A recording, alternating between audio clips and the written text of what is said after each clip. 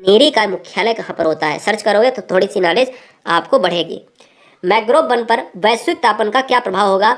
तो mangrove one पर वैश्विक तापन का जो प्रभाव होगा, अगर ये देखिएगा यहाँ पर से मैंग्रोव वन अगर हट जाए, यहाँ पर मैंग्रोव वन का काम क्या है, मैंने आपको बताया कि मैंग्रोव वन पश्चिम बंगाल में से ज़्यादा है। मैंग्रोव वन जो है आपके तटीय इलाके को, भारत के तटीय इलाके की रक्षा करते हैं। अगर इन पर खत्म हो जाए, ये खत्म हो जाए तो क्या होगा? तो ये आपका मैंग्रोव वन के जो विशाल क्षेत्र है वो जलमग्न हो जाएंगे, है ना। दो भिन्न समुदायों के बीच संक्रांति क्षेत्र कहलाता है इकोटोन। अब इकोटोन क्या होता है? जैसे एक ये क्षेत्र है, एक घास क्षेत्र है और एक मैदानी क्षेत्र है, ये वाला।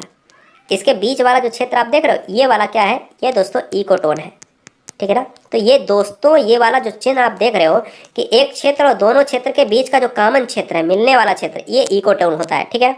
ये बात आपको याद रखना है। एक मनुष्य के जीवन में पूर्ण रूप से धारणीय करने के लिए आवश्यक न्यूनतम भूमि को क्या कहते हैं? तो पारिस्थितिकी पदछाप कहा जाता है न्यूनतम भूमि को, ठीक है। डीएनए का डबल हेलिक्स मॉडल किसने दिया है? तो वाटसन एंड क्रिक ने। डीएनए से क्वेश्चन एक आएगा, लिख कर रख लो, इंपॉर्टेंट है। माता पिता के गुण उनकी संतानों में अगर स्थानांतरित होते हैं तो वो किससे होते हैं? क्रोमोसोम्स के द्वारा, गुणसूत्र के द्वारा। पुरुष में पुरुषत्व के लिए कौन सा गुणसूत्री संयोजन उत्तरदायी होता है? तो यार याद रखो कि पुरुष में जो होता है वो होता है XY होता है, क्या जल्दी से बताओ। और महिला में क्या होता है? डबल X होता है, XX होता है। एक सामान्यतः मनुष्य शरीर में गुणसूत्रों की संख्या कितनी होती है? 46। अगर जोड़ों में पूछे तो 23 होती है। मनुष्य में नर का गुणसूत्र कितना होता है? यानी XY होता है, और महिला में XX होता है। बच्चों के लिंग निर्धारण के लिए उत्तरदायी क्रोमोसोम्स होता है। तो बच्चों में जो लिंग निर्धारण होता है वो पिता के लिंग निर्धारण से ही होता है, इंपॉर्टेंट है, नहीं तो बच्चे माता पिता दोनों मारते हैं, गलती से ये मत करना, ठीक है ना। बच्चे का जो लिंग का निर्धारण होता है वो पिता के लिंग से ही होता है, ठीक है ना। मनुष्य में कौन सा क्रोमोसोम्स के मिलने से बालक का जन्म होता है? तो पुरुष का Y और स्त्री का X और XY मिलकर क्या बन देते हैं? बालक का जन्म होता है। बालक का और बालिका का X और X, ठीक है, ये बात आप याद रखिएगा। एक वर्णांध पुरुष में सामान्यतः महिला की संतानों में पुत्रों की वर्णांधता होने की संभावना कितनी होती है? 0%। जरूरी नहीं है कि वर्णांधता वो भी हो। अच्छा, वर्णांधता क्या है? वर्णांधता एक आनुवंशिकी रोग है, ठीक है ना, जिससे हरे और लाल रंग में अंतर हम नहीं पहचान सकते। अगला क्वेश्चन, शिशु का पितृत्व स्थापित करने के लिए किस तकनीक का प्रयोग किया जाता है? तो डीएनए फिंगरप्रिंट। अब पता चले कि किसका बच्चा है तो डीएनए हमारा मिलाया जाता है ना, ये आप जानते हो। जीन शब्द का सबसे पहले किसने इस्तेमाल किया? तो जीन शब्द की बात करें तो जोहानसन दिया है, लेकिन शब्द किसने बनाया? तो जी मेंडल, यानी ग्रेगर जॉन मेंडल। वर्णांधता वाले व्यक्ति को लाल रंग दिखाई देता है, हरा, ये उल्टा दिखाई देता है अगर किसी को वर्णांधता है। इसीलिए रेलवे में वर्णांधता वाले पुरुष को नौकरी नहीं दी जाती है। पता चले जो है उसको लाल का हरा दिखाई दे और एक्चुअल में है लाल, और आगे जाके जो है ठोक दे, है ना, धड़ाधड़ धड़ाधड़ धड़ाधड़। तो आप समझ सकते हो ना कि वर्णांधता जो है एक आनुवंशिकी रोग है। हीमोफीलिया एक आनुवंशिकी रोग है। एक वर्णांध पुरुष एक सामान्य महिला से विवाह करता है तो वर्णांधता के लक्षण उत्पन्न जो है होंगे उसके पुत्रियों में होंगे, क्योंकि यह दोस्तों वर्णांधता जो होता है इसका वाहक कौन सा होता है? कौन होता है? महिलाएं होती हैं। ये बात आप याद रखिएगा, महिला जो होती है वो वाहक होती है। हीमोफीलिया की भी जो महिला होती है वो वाहक होती है। क्या होती है? आनुवंशिकी रोग है ये। गुणसूत्र में होते हैं डीएनए और प्रोटीन होते हैं। डीएनए की बात करें तो वाटसन एंड क्रिक नाम आप याद रखिएगा। डीएनए अंगुली छाप का प्रयोग किसकी पहचान के लिए किया जाता है? जब बलात्कारी की बात करें, माता की बात करें, पिता की बात करें या चोर की बात करें। डीएनए फिंगरप्रिंट की दोस्तों तभी किया जाता है जब कोई बलात्कारी हो, यानी सजा के लिए, क्या किसी बालिका के साथ उसने जो है ऐसा दुष्कर्म किया है, माता या उसकी जो है माता के लिए मिलाया जाए कि यह इसका बच्चा है, पिता ये भी इसका बच्चा है। चोर के लिए भी किया जाता है फिंगरप्रिंट की, भाई क्या है इसने चोरी करी है। जेनेटिक्स किसका अध्ययन है? जेनेटिक्स में आनुवंशिकी और किसका किया जाता है? विचरण का अध्ययन किया जाता है। जेनेटिक्स में केवल आपको नाम याद रखना है, आनुवंशिकी ज़्यादा नहीं याद रखना है, ठीक है ना। बहुत बढ़िया। 4 पेज और बचे हैं, 4-5 पेज और बचे हैं, जिसमें जो है हम 20 क्वेश्चन फटाफट देख लेते हैं 5 से 6 मिनट में। संसार में किस जीव की संख्या सर्वाधिक है? तो संसार में मछली की सबसे ज़्यादा संख्या है। बहुत सारे बच्चों को लगता है कि व्यक्ति ज़्यादा है, बिल्कुल नहीं, ऐसा गलत है सोचना आपका, ठीक है। सबसे विषैली मछली कौन सी है? तो पाषाण मछली जो है सबसे विषैली मछली है। मच्छरों को नियंत्रित करने के लिए जो कीट भक्षी मछली है वो कौन सी है दोस्तों? गैम्बूसिया है। याद रखिएगा, तालाबों में जो गैम्बूसिया मछली छोड़ दी जाती है, क्या करती है?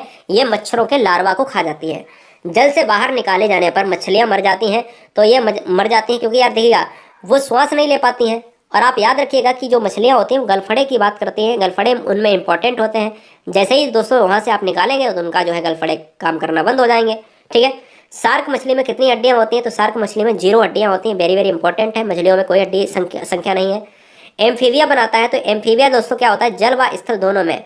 एम्फीबियन, देखिए मैं आपको बताता हूँ, क्वेश्चन पूछा गया था एम्फीबियन। एम्फीबियन क्या है एक्चुअल में? एम्फीबियन जो होता है वो जल स्थल दोनों में रहने वाला जंतु होता है। यानी जैसे मेढक की बात करें तो मेढक पानी में भी रह सकता है और स्थल पे भी रह सकता है, जमीन में भी रह सकता है। तो ये क्या है? एम्फीबियन है, ठीक है ना। सांप की बात कर लो, जल में भी रह सकता है और पानी यहाँ पर ऊपर भी रह सकता है, पृथ्वी पे भी रह सकता है, ठीक है। ये चीज आपको याद रखना है। घोंसला बनाने वाला एकमात्र सांप है विश्व में, वो है किंग कोबरा है, ये आपको याद रखना है।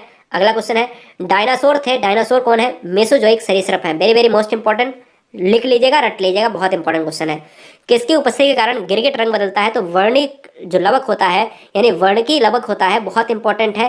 कई बार इंपॉर्टेंट क्वेश्चन पूछा गया है कि जो गिरगिट होता है थोड़ी देर में लाल हो जाता है, हरा हो जाता है, ठीक है। तो ये जो होता है वर्णकी लवक के द्वारा होता है। पृथ्वी पर विशालतम जीवित होता है, जीवित पक्षी जो है वो है शुतुरमुर्ग। और सबसे लंबा वाला पक्षी उड़ने वाला कौन सा है? तो वो आपको याद रखना है सारस है, सबसे लंबी गर्दन वाला और उड़ने वाला। अब ये शुतुरमुर्ग उड़ नहीं पा रहा है, ठीक है ना, लेकिन लंबा जो है गर्दन के हिसाब से और उड़ने में सक्षम, तो वो आपको सारस लगा देना है। डुगोंग नामक समुद्री जीव का विलोपन के कगार पर है, ये क्या है? ये है स्तनधारी है। न्यूजीलैंड में पाया जाने वाला उड़नहीन पक्षी जो उड़ नहीं पाता है वो है कीवी है, भाग सकता है लेकिन उड़ नहीं सकता। आर्कियोटेफ्रिस है, तो ये क्या है? जुरैसिक युग का सर्व पुरातन पक्षी है। क्या है? अगर कल को क्वेश्चन आ जाए कि ये क्या है, तो ऑप्शन में अगर पक्षी दिख जाए तुरंत आंसर मार दीजिएगा। पेंगुइन चिड़िया कहाँ पर पाई जाती है? तो पेंगुइन चिड़िया अंटार्कटिका में पाई जाती है, और अंटार्कटिका को कहा जाता है श्वेत महाद्वीप, क्योंकि यह बर्फ से ढका हुआ है, और इसको निरंजन महाद्वीप भी कहते हैं, ठीक है ना। निरंजन, या आप कह सकते हो इसको, यहाँ पर क्या कह सकते हो? इसको आप कह सकते हो श्वेत महाद्वीप कह सकते हो, और इसको निर्जन, हाँ निर्जन महाद्वीप, क्योंकि यहाँ पर नि माने नहीं, जन माने जन, कोई भी लोग नहीं रहता है। यानी ऐसा महाद्वीप बताइए जहाँ पर कोई लोग नहीं रहते हैं, निवास नहीं करता है, वो है अंटार्कटिका। सबसे बड़ा उड़ने में असमर्थ पक्षी तो आप कह सकते हो और दौड़ सकता है, वो है ऑस्ट्रिच, ठीक है ना। पावोक किसका वैज्ञानिक नाम है? तो पावोक है दोस्तों मोर का वैज्ञानिक नाम है। होमोसेपियंस मनुष्य का है। राना टिग्रीना आपका मेढक का है, ठीक है ना। ये बात आपको याद रखनी है। वह एकमात्र पक्षी जो पीछे की उड़ सकता है तो गुंजन पक्षी है। वेल के हृदय में कितने चैम्बर होते हैं? तो मनुष्य के हृदय में 4 होते हैं, तो वेल के भी कितने होते हैं? 4 होते हैं। वह स्तनधारी जो खतरे के संकेत के समय गेंद के समान हो जाता है, कंटक चूहा, आपने देखा होगा कि जो आपका जंगली चूहा होता है, कांटे वाला चूहा, जो अन्य चूहों का छोटे छोटे चूहे घर वाले होते हैं उनको खा लेता है। तो यार याद रखिएगा, जब भी स्तनधारी को लगता है कि खतरा है तो वो अपने सिर को अंदर घुसेड़ लेता है और गेंद की तरह, फुटबॉल की तरह हो जाता है, और ऊपर उसके कांटे होते हैं, है ना, आपने देखा होगा। स्तनपायी के उत्सर्जनीय उत्पादक मूत्र में अधिकता पाया जाता है, तो यूरिक एसिड जो होता है वो स्तनधारी में क्या होता है? उनके मूत्र में पाया जाता है। हरित ग्रंथियां संबंधित होती हैं उत्सर्जन से संबंधित होती हैं। अगला पॉइंट, अगले 2-3 स्लाइड और बच्चे हैं, फटाफट देख लेते हैं। कूटक किसमें नहीं पाया जाता है? कूटक की बात करें तो दोस्तों बत्तख में नहीं पाया जाता है। डायनासोरस थे, ये क्या है? सरीसृप जो विलुप्त हो चुके हैं। रक्त में प्रतिस्कंदन पदार्थ होता है, हिपेरिन होता है, यानी जो ये हिपेरिन होता है ये प्रोटीन होता है। मैंने आपको बताया था कि ये जो दोस्तों प्रोटीन है ना, ये आपका ऐसा प्रोटीन है जो अंदर के ब्लड को जमने नहीं देता। आर्कियोटेफ्रिस किन वर्गों के प्राणियों के बीच की योजक कड़ी है? सरीसृप व पक्षी के बीच। मैंने आपको बताया है कि ये क्या है? एक पक्षी की प्रजाति है। किस समूह में जीवों को डूबने से हुई मृत्यु का पता लगाने के लिए किया जाता है? तो यार ये होता है डाइटम। डाइटम क्या है? जीव अगर मर गए हैं तो उसके लिए हम पता लगाते हैं डाइटम के द्वारा। मैमथ पूर्वज हैं, तो मैमथ दोस्तों हाथी के पूर्वज हैं। फेरोमोन्स पाए जाते हैं, तो फेरोमोन्स कीटों में पाए जाते हैं, ठीक है। ये बात आपको याद रखनी है, ठीक है। भारत में सबसे बड़ी मछली है व्हेल शार्क है। प्राइमेटों में आधुनिक मानव का निकटतम संबंधी कौन है? Gorilla. Very very most important है ये दोस्तों। क्या है? मनुष्य का जो अधिकतम जो निकटतम संबंधी है, यानी किस तरीके से मनुष्य का निर्माण हुआ, तो उसमें संबंधी जो है वो गोरिल्ला को माना गया है। पांडा भी उसी कुल का है जिसका भालू है, और ये दोस्तों कहाँ के हैं? ये चीन में सबसे ज़्यादा पाए जाते हैं। अधिकांश जो इंसेक्ट होते हैं, कीट होते हैं, वो श्वसन करते हैं। ये बार बार इंपॉर्टेंट क्वेश्चन है, याद रख दिया, कई बार पूछा गया है। बातक तंत्र से करते हैं। कौन अंडे देता है और सीधे बच्चे नहीं देता है? तो एकेटिना जो है वो सीधे क्या देता है? बच्चे नहीं देता है, अंडे देता है। किस सर्प का भोज्य पदार्थ रूप से अन्य सर्प से है? आप याद रखिएगा, किस सर्प का भोज्य मुख्य रूप से अन्य सर्प है। मतलब एक ऐसा सर्प भी है जो सांपों को ही खा लेता है। तो नागराज क्या है? सांपों को खाने वाला सांप है, यानी अन्य सर्प उसके क्या है? भोजन है। तो ये नागराज है, ये अन्य सर्पों को खाता है।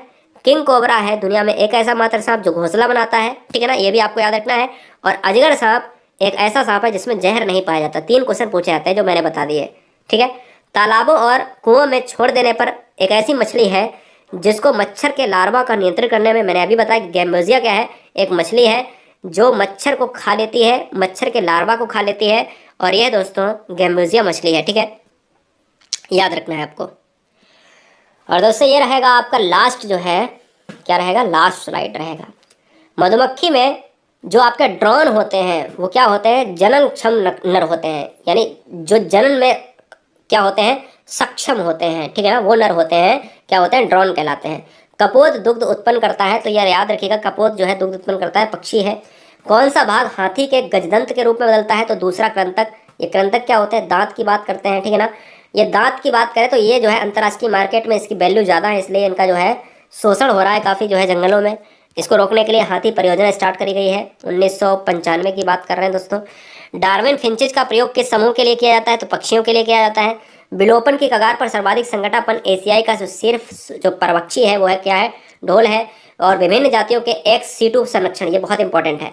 ex-situ संरक्षण के लिए हम इन्वायरमेंट में आपको इसको जो है कंफर्म करेंगे कि किस तरीके से जो है आपका स्वस्थानीय और परास्थानीय होता है, ex-situ क्या होता है ये भी हम आपको बताएंगे, ठीक है ना।